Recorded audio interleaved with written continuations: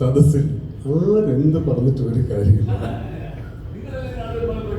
എടാ ഞാൻ സേഫ് ആയതല്ലേ, ഞാൻ വല്ലതും സംസാരിച്ചിട്ടാണ് നീ കയറുന്നതെങ്കിൽ ഇതൊന്നും ആയിരിക്കില്ല എന്റെ അവസ്ഥ. ഇദ്ദേഹം പറഞ്ഞത് ശരിയാണ്.